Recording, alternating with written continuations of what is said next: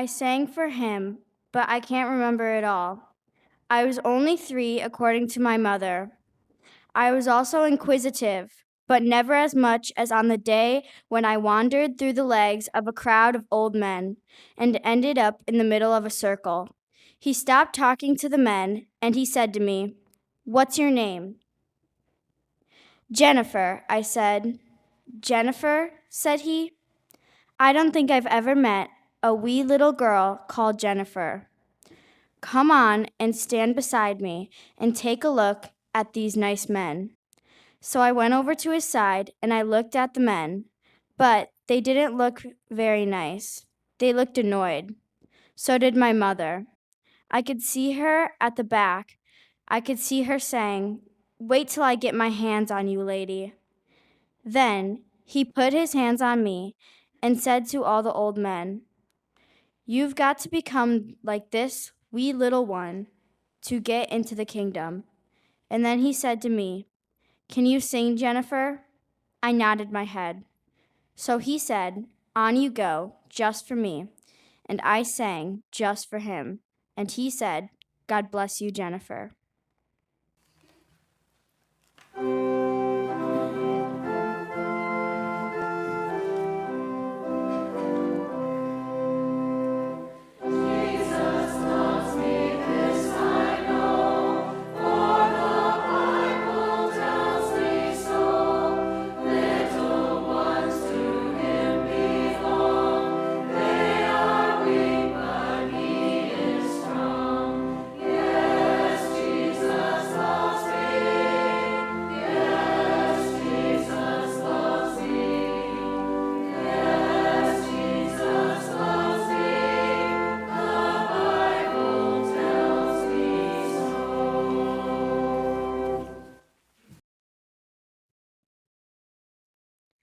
I sang for him the day after my brother died. I had gone to get him. I wanted him to come, just to be there, just to let Martha and me talk, cry, feel we were understood. He had already heard the news, and that made it difficult to know why he wouldn't come, why he was staying in the same place. I was at my wits' end. I asked him, "What can I do? What is there to do?" And he said, "Sing, but don't sing a happy song. Sing of how you feel and where you are. Mary, sing of where you are, Mary. Let God hear the trouble in your soul." So I sang. I sang, "How long, O Lord?" I sang, "God, why have you turned your back?" I sang, "Lord, don't be deaf to my cry." I sang all the old psalms that never get sung, and he listened. And when I couldn't sing for tears, he kept the song going. And now, again and again, he held my hand and give it a squeeze and said, "God bless you, Mary."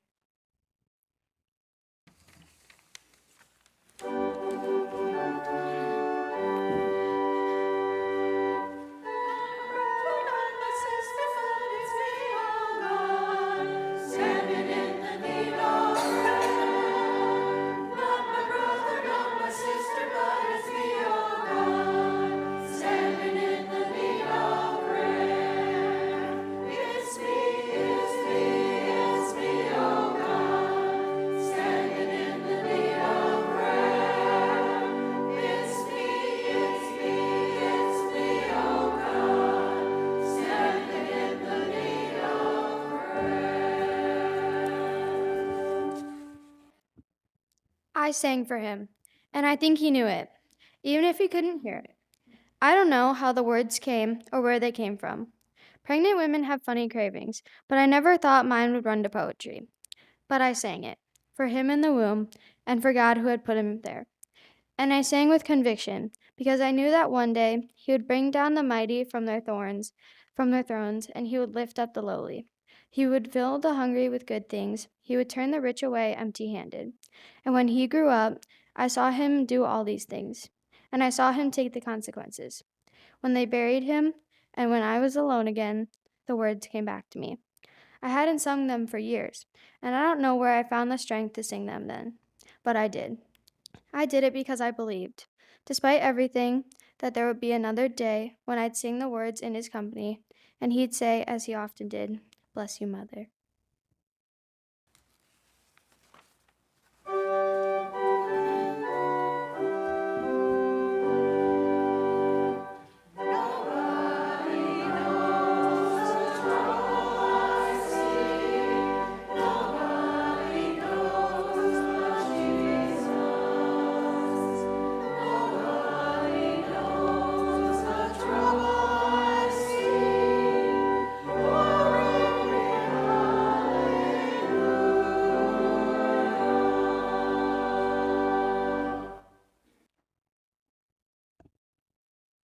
I was mending Jose's shirt, although my mind wasn't on the mending.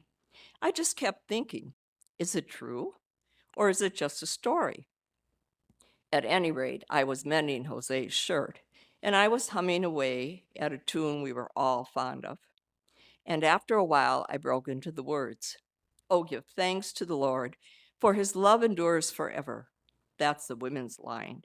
At least it is the way we sing it. I had no longer sung "Endures Forever" when I heard somebody answer with the men's line. "Oh, give thanks to the Lord, for the Lord alone is good." I looked up, my mouth fell open, and my darning fell on the ground. He just looked at me with the biggest smile and said, "God bless you, Salome."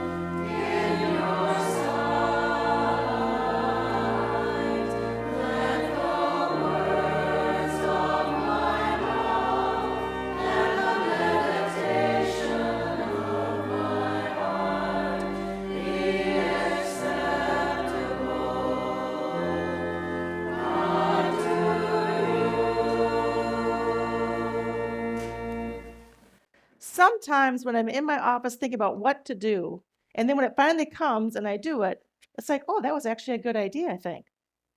I looked at all the texts for these past 3 weeks and they were so long. I thought, oh, we need to just do the Reader's Theater. And I think that went okay. And then I was preparing for today. I'm like, oh, that the Reader's Theater didn't really focus on the rising of Lazarus. It was really 4 different women in Jesus's life. And I was trying to figure out how to get this going. And I knew what I wanted to do, but then my friends came in for me when I saw the YouTube videos and I got it. Because you see, the story of the raising of Lazarus really focuses on the raising of Lazarus, and the conversation in John, the conversation is really between Martha and Jesus. Mary's kind of an extra. And it starts out like this. I didn't want to mess this up. Now, a certain man was ill, Lazarus of Bethany, the village of Mary and her sister Martha. Well, a biblical scholar went back and looked at one of the original texts. Now, you have to understand that when it comes to compiling the Bible, there are a lot of texts out there. It's not like there's this book out there with all the stories in it and they just translate it. And she found an old text written in 266. And as she was looking through this text, she realized it had been changed. It had been redacted. Nothing happens all the time in biblical literature, but this was significant. Can I have the next slide? You see, Maria, Mary in Greek, is really Maria. And so it's spelled with an iota, which is the I before the A, the alpha. And Martha is written with a theta, which is there. So if you put the two next to each other, you can see how easy it is for the iota to be made into a theta. All right? I'm going somewhere with this. And also the text was changed where it said her sister. It actually originally said his sister. So it said, now a certain man was ill, Lazarus of Bethany, the village of Mary and his sister Mary. You see, when we read this text, when we hear this text, we right away go back to that story of Jesus going to Mary and Martha's home and having dinner, right? And we're told that it's the home of Martha. Well, if Martha has a brother, Lazarus, then it's not her home, it's his home. Because in that time, women did not own property. So it either been her father's home or her brother's home. So if it's her home, there is no brother. So we are not talking about that Martha. We're talking about Mary. And we may not be talking about that Mary. Because if you think about it, how often do families that you know have the same name kids? The last church I served, this woman said, "Your oldest son is Jacob?" I said, "Yeah." She goes, "My oldest son is Jacob." "Your youngest son is Joseph?" Like, "Yeah, my youngest son is Joseph." In between, she had a Leah and I had an Abraham, but we can't be perfect, you know. And you think about biblical times, Mary was a very, think about today, Mary is a very common name. So we're talking about Mary, the sister of Lazarus, and Mary, presumably Mary Magdalene. Now, there's another problem with Mary Magdalene, because tradition has taught us things about her that are not true. We think her name is Mary of Magdala or Mary Magdalene. It's not clear where there is a place called Magdala. And this text, we're talking John's text here, is Mary, Lazarus of Bethany, home of Mary and Mary. So we're talking about a Mary of Bethany. But in Greek, Magdala also means the tower. Mary, the tower. And so instead of jumping between John's story and Luke's story, let's go to the end of John's story. And who is the one to meet Jesus at the tomb for the first time after he is risen in John's story? Mary Magdalene. Now, if you go to the Synoptic Gospels, it's Peter the rock. In the story that the writer of John wrote, it's Mary, the tower. Yeah, Peter the rock, foundation, that's okay. You have Mary, the tower. So why is this so important? Oh, Mary and Martha, I did that. I was just having fun. Why is this so important? Why is the iota and the theta so important in this story? Well, friends, it's National Women's History Month. And why do we have a National Women's History Month? Because they haven't been written into the history all the time. The same reason we have Black History Month. Because we're so busy writing them out of history, we have to have a special month to write them back into history and to educate ourselves about the history.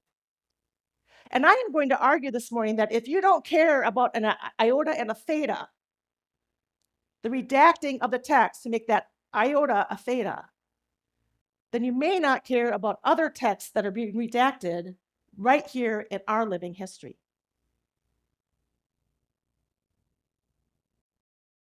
What are we fighting about these days? What we teach our children?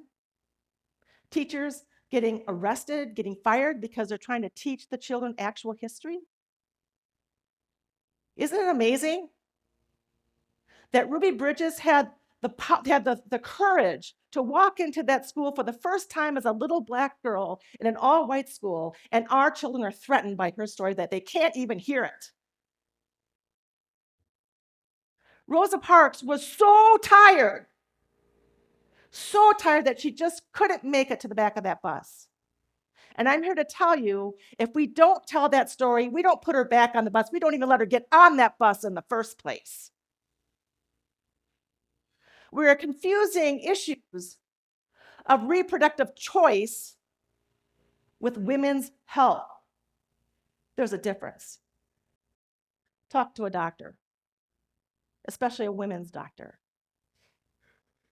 If we redact our history so much to fit a certain way of thinking, We are going to write people out of history again, and it's going to be even harder to write them back into history in the next generation. It matters. The iota matters. The his matters. And Mary matters because Mary is the one in the text who makes that Christological confirmation. You are the Christ, the one. You are the Christ. That is what she says in this text, which they give it to Martha in the redaction. And that's what she says at the resurrection. And why does it matter that she says it in both places? Because if she's the only one saying at resurrection, they're like, yeah, that's what she said too. No, Mary is the one who made the Christological affirmation, you are the Christ. And Mary is the one that spread that word to the disciples and to others. We've always had problems with John's text because it's so different than the synoptic gospels. Matthew, Mark, Luke, they're kind of easy to go by. They sound the same. John's always out there because John has a message that we need to hear. And I firmly believe that this story isn't so much about the resurrection of Lazarus. It's about the resurrection of Mary. John's was the last gospel written. He's seen what they've done. Peter's the star of the show, and he's like, whoa, wait a minute. There was other stuff going on. And he tried to get it right, and they redacted him and tried to put Mary back in her place. And we've done it throughout history. Because nowhere in the Bible, I really encourage you to read sometime because it's an amazing document, but there's nowhere in the Bible where it says that Mary Magdalene was a prostitute. That was introduced about 600 by Tertullian saying, oh, well, she was a prostitute, so we can dismiss her. Once again, her history is being rewritten to put her in a certain frame that we don't have to take her seriously. And it takes a student of Scripture to look close enough to see that really looks like that used to be an iota. That looks like it used to say his sister, because we want to rewrite history. History gets redacted all the time, and there are far too many people trying to rewrite it right now for us. And we need to stand up for the truth of history. What did happen? And our children can handle it. When Barack Obama was elected, we were talking about it in our kitchen one day, and Joseph was 4 years old. And our 4-year-old said to us, I just can't believe that Martin Luther King Jr. never became president. And we were taken aback by that. We're like, we got some educating to do in this household. And so we sat down and tried to explain to Joseph that, that was a very different time in our country's history, and there was no way that was going to happen. And he looked at us with a look on his face and said, really? I thought he did away with all that nonsense. It's not that our children can't handle to learn about it. It's that too many parents can't handle the tough questions that are going to come home once they learn about it. And you can take this through all kinds of issues that are going on right now. Gender identity, all the kinds of things. They know what's going on and they want to talk about it, but we can't handle it, so we shut them up and take away the resources from teachers so that they can help them navigate these waters. The iota matters. It's crucial to our story because Mary wasn't the first, and unfortunately, she won't be the last to be silenced, and we need to stop silencing the truth tellers in our midst. You are the one. You are Christ. And if we don't allow her to say that, then how can she share it with others? And how do we ever spread the word? And then we wonder why the church is failing. Because we're letting the redaction throughout history, the tradition, inform us, rather than the story inform us. These stories are important, and they must be told. Because just a few miles from here, we have a school that can't sing a rainbow song because it talks about different colors of races coming together. And so what do? They changed it to The Rainbow Connection by Kermit.